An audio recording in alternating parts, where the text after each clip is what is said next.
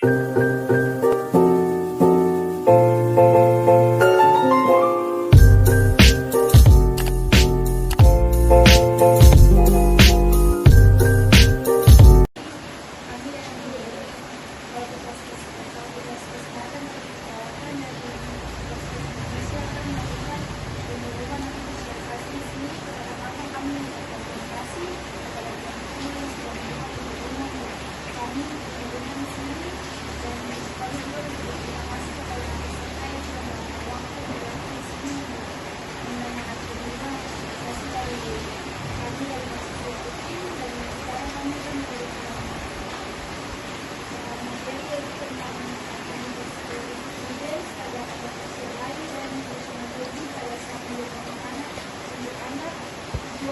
agar tua dapat mengetahui dan memahami tentang pada anak dan pada usia baik dan usia menjadi pada saat menjadi anak-anak.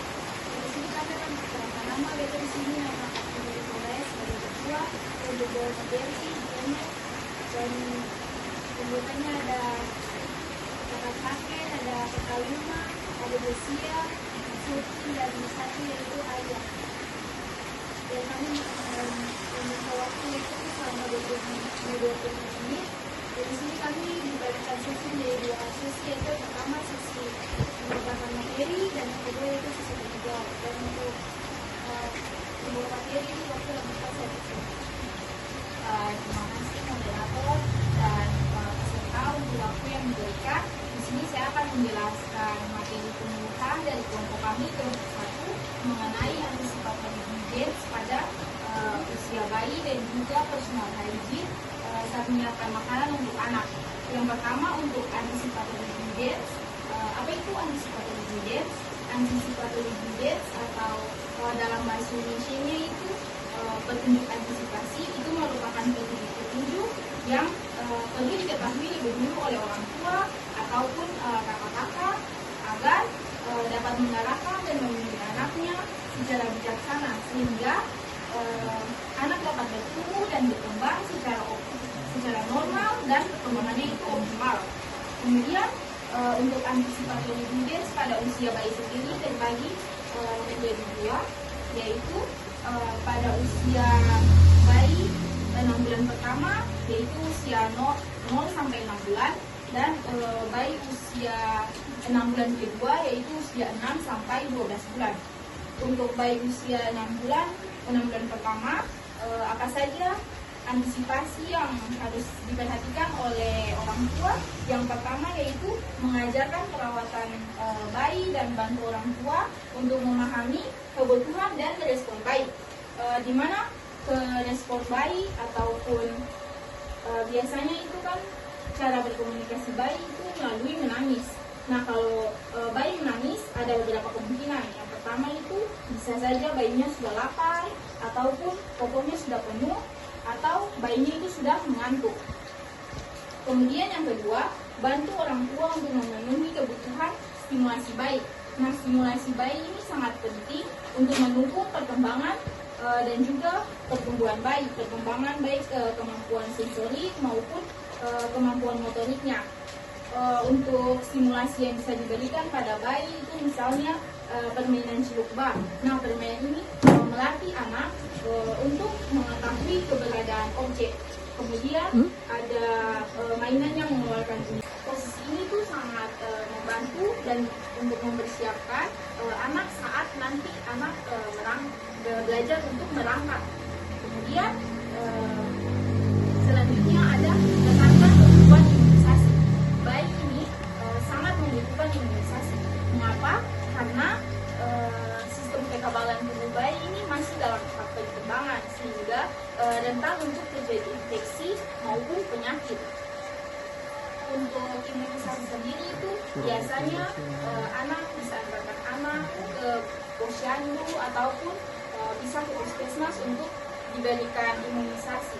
Kemudian yang terakhir itu persiapkan untuk pengenalan makanan padat. Nah anak ini kan biasanya usia bayi usia 0 sampai 6 bulan itu hanya diberikan ASI saja, ataupun biasanya kalau tidak ASI berarti diberikan susu formula. Nah itu diberikan sampai bayi juga ditambah lagi dengan MPASI atau makanan pendamping ASI. Nah, untuk MPASI ini pengenalan pertama, makanannya itu teksturnya halus, bisa diberikan bubur sari ataupun bubur yang biasa instan yang dijual di swalayan. Kemudian ada juga yang terakhir itu bayi usia 6 bulan kedua, yaitu usia 6 sampai 12 bulan. Hal-hal yang harus diantisipasi itu yang pertama, siapa orang tua akan respon stringent anxiety. Nah, ini merupakan respon di mana anak atau bayi itu takut terhadap orang asing ataupun orang yang baru dia temui. Untuk respon ini, stringent anxiety ini merupakan bagian yang normal ya dalam perkembangan bayi. Respon yang diberikan pada saat bayi mengalami stringent anxiety ini mungkin bayi diam, kemudian menatap orang asing yang baru pernah ditemui, ataupun saat orang asing sudah mau gendong, pasti anaknya pasti menangis, ataupun memeluk orang yang saat itu sedang gendong bayi. Kemudian respon stringent anxiety ini biasanya itu muncul pada bayi usia 8 sampai 9 bulan. Selanjutnya, bimbing orang tua mengenai disiplin karena peningkatan mobilitas bayi.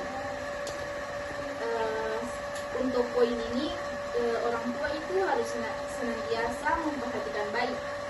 Mengapa? Karena otomatis bayi masih usia bayi, berarti dia belum mengetahui mana yang bahaya untuk dia dan mana yang tidak. Jadi itu selalu bayinya itu harus diperhatikan. Selanjutnya, ajarkan pencegahan cedera karena peningkatan keterampilan motorik anak dan rasa keingetahuannya. Misalnya, kalau misalnya anak yang sudah bisa merangkak, kalau misalnya merangkak di lantai harus diperhatikan, lantainya itu harus bersih. Kemudian jangan licin, jangan sampai anak kepleset terus jatuh. Dan juga kalau bisa lantainya itu jangan sampai ada mainan-mainan kecil, misalnya kayak manik-manik ataupun kancing-kancing, karena itu berisiko anak karena rasa pengetahuannya pasti dia biasanya ambil terus di mulut. Nah, itu bisa bahaya bagi anak atau bayi tersebut. Kemudian materi yang berikutnya, bahaya umum yang harus diperhatikan orang tua yang biasanya itu terjadi pada anak usia bayi. Yang pertama itu ada jatuh, kemudian yang kedua ada aspirasi atau tersedak, kemudian yang ketiga itu ada luka bakar, yang keempat itu keracunan, dan yang kelima itu ada kekurangan oksigen. Kemudian bagaimana cara untuk mencegah kecelakaan yang bisa terjadi pada bayi yang tadi sudah disebutkan. Yang pertama itu untuk jatuh, pencegahan yang bisa dilakukan. Yang pertama itu anak harus selalu ada dalam pengawasan orang tua, kakak ataupun orang dewasa.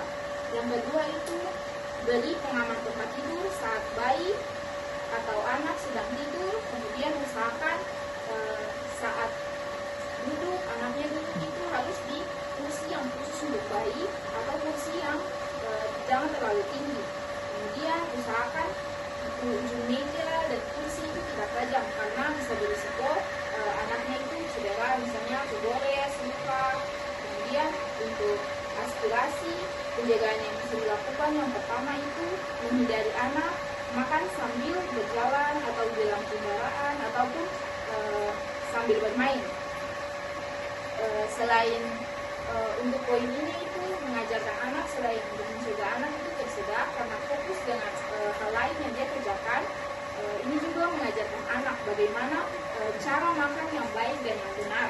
Kemudian yang kedua, saat memberikan makanan itu, makanannya itu harus dalam potongan kecil. Kemudian jika diberikan buah, jangan lupa bijinya itu harus dibuang. Dan makanan yang diberikan dimasak terlebih dahulu agar teksturnya itu lembut dan mudah dicerna oleh bayi atau anak. Kemudian yang ketiga, saat bayi selesai disusu ataupun selesai makan, jangan langsung ditidurkan.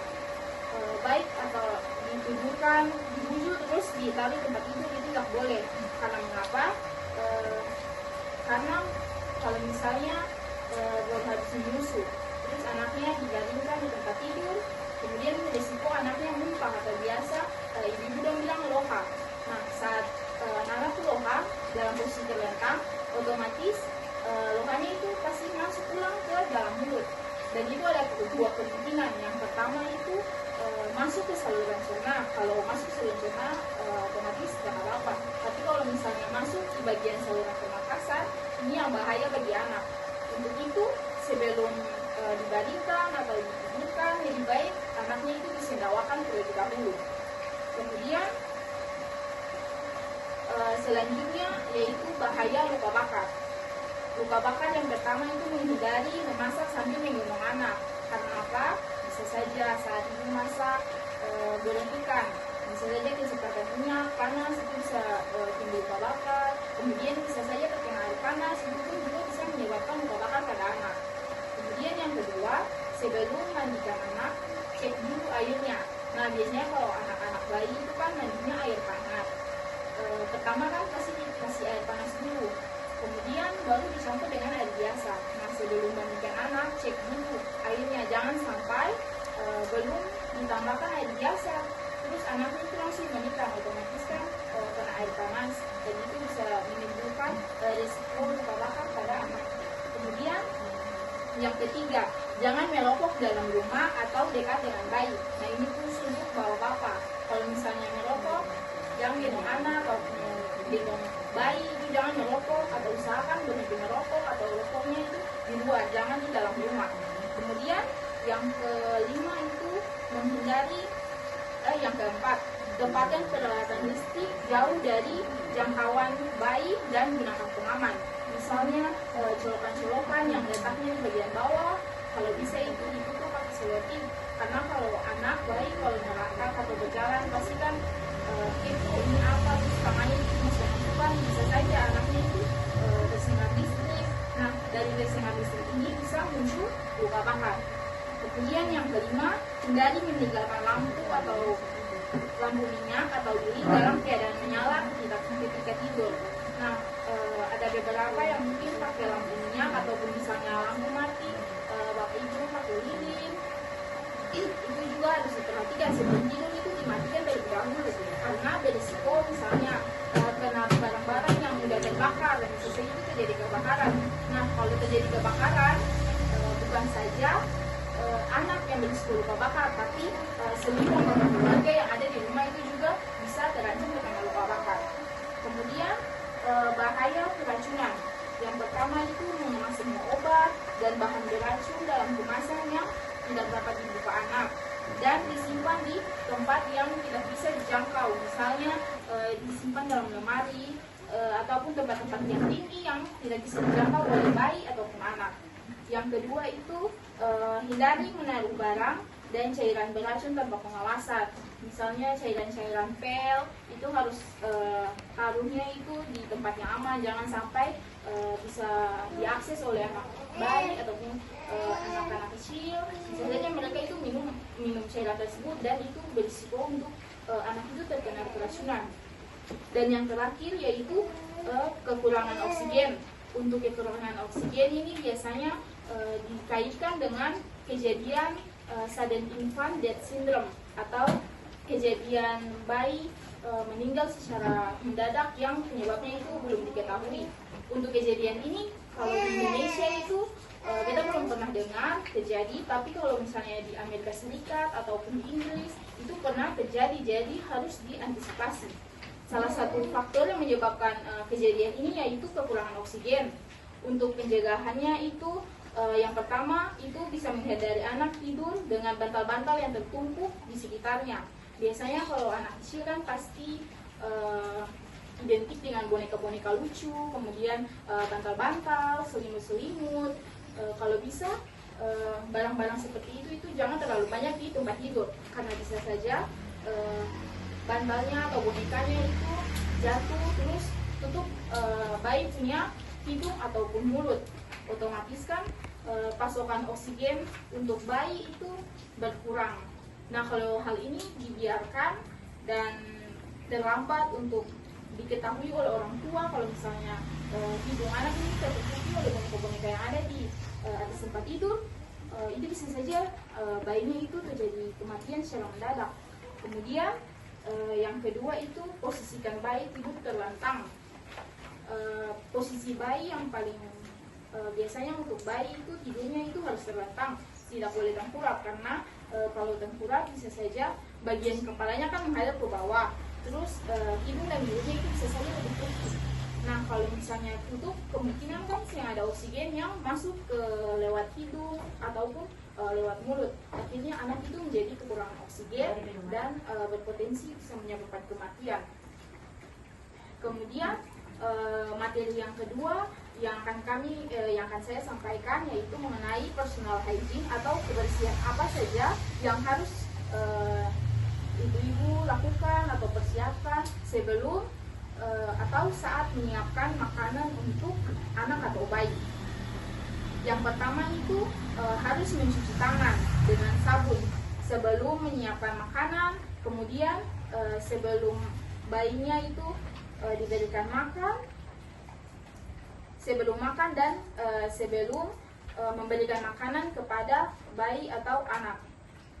Untuk cuci tangan sendiri ada 6 langkah yang nanti Katong akan praktekkan kepada Bapak Ibu, terus Bapak Ibu bisa ikuti.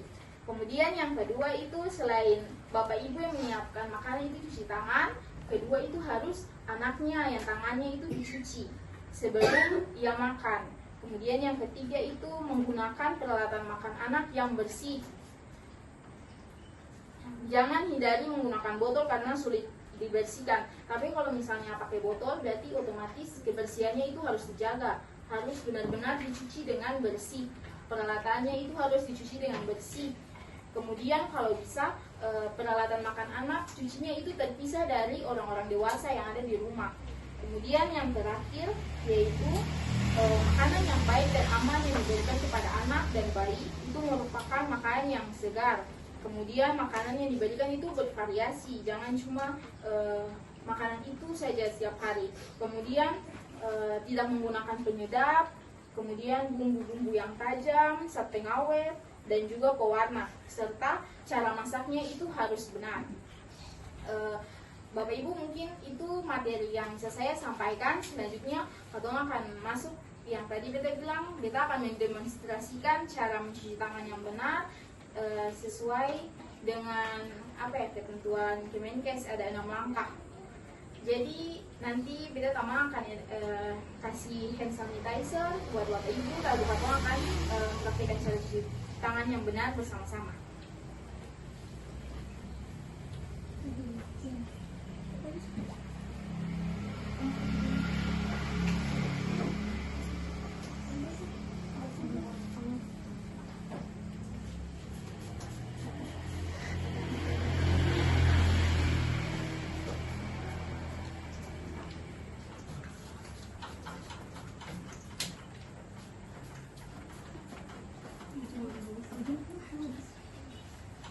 Yang pertama, Katong gosok dulu kedua telapak tangan sebanyak 4 kali. Masing-masing langkah itu dilakukan sebanyak 4 kali.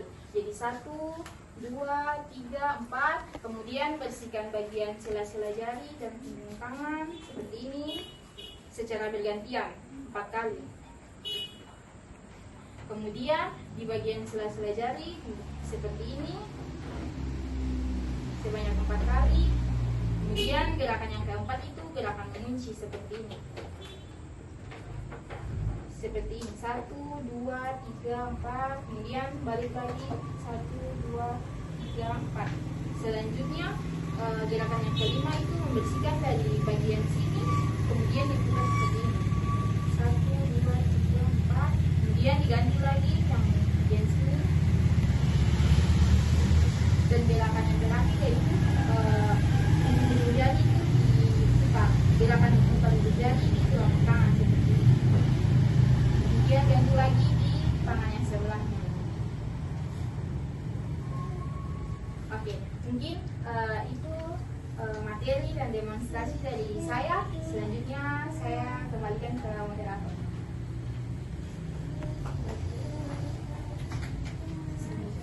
Terima kasih, demikianlah materi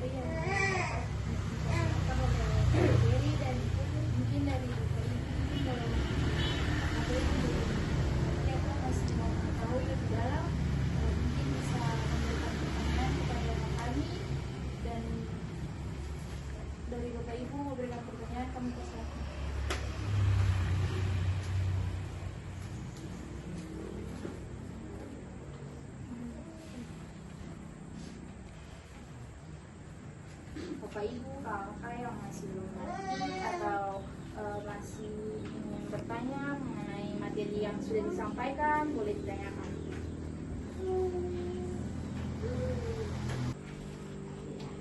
Yang pertama, terima kasih banyak. Kamu kan tepuk tangan dulu buat materi yang sudah menyampaikan materi buat kami di hari ini. Satu pertanyaan saja atau masukan tadi yang nanti si Baturi Williams yang pertama, ajarkan perawatan bayi dan bantu orang tua untuk memahami kebutuhan dan respons bayi. Tadi disampaikan itu bayi itu kan belum bisa berbicara, jadi cara dia menyampaikan itu lewat menangis. Dia menangis itu tadi dibilang kalau lapar atau dia popok sudah penuh, apalagi tadi ngantuk. Tapi apakah bisa juga bayi merespons apa yang terjadi di tubuhnya itu pada saat dia merasa sakit? Jadi kamu mesti tahu kalau bayi menangis ini antara lapar, tapi kalau suka kasih makan tapi masih nangis juga, berarti ada sesuatu yang tidak beres di dia tubuh. Dia sakit. Nah, bagaimana kamu merespons kondisi bayi? Bisa dia kasih sinyal lewat menangis itu. Bisa kan? Sakit juga bisa toh. Ya, itu masukan saya kalau memang bisa, saya juga masukan. Itu saja, terima kasih. Terima kasih ya Ibu. Seperti yang sudah tadi disampaikan, selain bayi menangis karena merespon 3 hal tadi, bisa juga kalau misalnya 3 hal yang tadi itu sudah terpenuhi, anaknya masih menangis, itu kemungkinan pasti ada yang salah dengan tubuhnya. Nah, berarti itu harus dicek ya. Biasanya ibu bisa mengecek kalau misalnya anak kalau menangis berlebihan itu pasti merengek, bisa saja demam, jadi bisa suhu tubuhnya itu dicek terlebih dahulu. Atau misalnya ada respon lain selain menangis, juga anak bisa kayak batuk-batuk atau sesak nafas dan gejala-gejala yang lain, bisa ibu bawakan ke puskesmas untuk diperiksa lebih lanjut. Mungkin itu saja Ibu. Terima kasih. Apakah masih ada pertanyaan lagi atau masukan bagi kelompok kami dari Bapak Ibu? Saya persilakan kakak.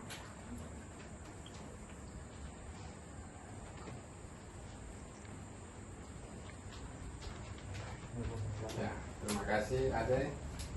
Nah, di sini kita yang pertama sekarang dulu yang untuk cara mencegah kecelakaan pada anak usia bayi, karena di sini pada saat memaparkan permasalahan itu ada di sini ada jatuh, aspirasi, luka bakar, keracunan. Nah, di aspirasi ini kita hanya menambahkan bahwa untuk anak-anak bayi itu kita harus memperhatikan kuku-kukunya, karena kuku itu kalau dia garu itu dia merupakan sumber infeksi bagi bayi tersebut untuk dia mengalami sakit, karena itu bayi sangat rentan terhadap infeksi. Kemudian untuk kemasan, untuk keracunan itu katong harus memperhatikan tempat-tempat makan bayi, karena ada yang beredar di pasaran itu ada tempat makan bayi, baik itu piring dan gelas dan sendok, itu ada yang berkualitas rendah, itu banyak yang mengandung bahan berformalin. Jadi kita harus memperhatikan itu sangat berbahaya, apalagi waktu kita menggunakan anak pada makan bayi yang masih panas. Untuk yang ketiga, ada satu pertanyaan, makanan yang baik dalam aman adalah makanan yang segar. Kita biasanya memberikan makanan kepada bayi itu, kita hanya bisa melihat secara kasat mata bahwa makanan itu segar, tapi kita harus tahu kata makanan itu mengandung bahan-bahan antiseptik ya bahan-bahan yang boleh dikatakanlah seperti pestisida atau itu katong bagaimana caranya untuk katong apa dapat membunuh kuman-kuman pestisida itu yang ada pada makanan yang kasat mata, tidak ada bisa lihat dengan mata. Itu saja. Oke. Misalnya sayur-sayur toh. Baik Bapak, terima kasih untuk masukan dan juga ke pertanyaannya. Untuk makanan yang Kagum bisa lihat itu segar, tapi Kagum bisa tahu itu ada pestisida atau tidak di buah atau sayuran itu. Jadi pentingnya untuk makanan, baik itu buah, sayur, untuk dicuci terlebih dahulu sebelum diolah. Cucinya itu bisa menggunakan air mengalir ataupun biasanya ada sabun untuk khusus untuk mencuci buah dan sayur yang biasa dijual di toko itu bisa juga digunakan. Selain dicuci secara bersih, kemudian cara pengolahannya, kemudian dimasak harus benar-benar masak, terutama untuk pengolahan daging. Contohnya, selain dicuci bersih, kemudian dagingnya itu harus dimasak matang. Sayuran maupun daging itu harus dimasak matang. Kemudian untuk bayi kan pasti dihaluskan terlebih dahulu, baru diberikan kepada anak.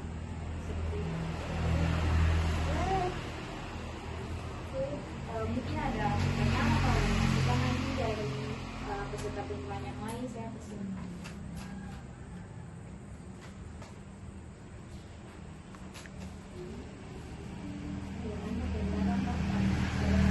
Ya, oke. Bisa lagi direndam dengan garam terlebih dahulu ya.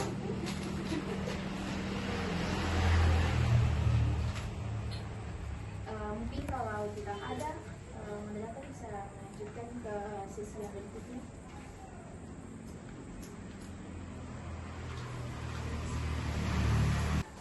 Jadi Bapak Ibu, karena tadi Katong sudah melewati sesi pemaparan materi, kemudian sesi tanya jawab, yang terakhir ini Katong ada evaluasi. Evaluasi ini Katong akan berikan 2 pertanyaan untuk Bapak Ibu. Mungkin Bapak Ibu yang bisa jawab, bisa angkat tangan, kemudian berdiri, kemudian memperkenalkan diri terlebih dahulu, baru menjawab pertanyaan yang diberikan. 2 pertanyaan, yang pertama yaitu sebutkan 2 contoh bahaya umum apa yang harus diperhatikan bagi anak usia bayi. Bapak Ibu yang bisa jawab, silakan angkat tangan, kemudian memperkenalkan diri dan menjawab pertanyaan yang diberikan. Oke, terima kasih. Nama saya saya akan menjawab pertanyaan tersebut. Yang pertama itu bahaya anak yang umum biasanya dia terjatuh itu karena kelalaian biasanya dapat orang tua. Yang kedua keracunan. Keracunan itu termasuk dalam ada faktor kelalaian juga, ada faktor yang memang benar-benar tidak tahu. Itu yang paling umum yang harus Katong hindari. Karena itu salah satu bahaya bagi bayi yang dapat merugikan Katong sebagai orang tua. Baik, terima kasih. Baik, terima kasih jawabannya Bapak. Benar ya, untuk bahaya umum selain 2 yang sudah disebutkan oleh Bapak Henry, yang selanjutnya itu ada yang lain, misalnya tersedak atau aspirasi, kemudian luka bakar, dan yang terakhir itu juga kekurangan oksigen. Jadi ada 5. Oke, untuk soal yang kedua,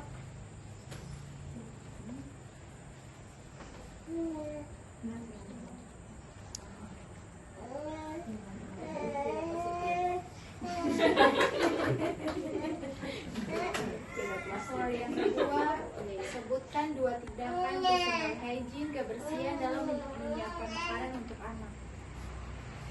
Jadi personal hygiene atau kebersihan apa saja yang dilakukan sebelum dan saat menyiapkan makanan untuk anak. Sebutkan 2 saja. Mungkin tadi sudah dari Bapak, mungkin yang soal yang kedua ini dari Ibu. Ayo silakan.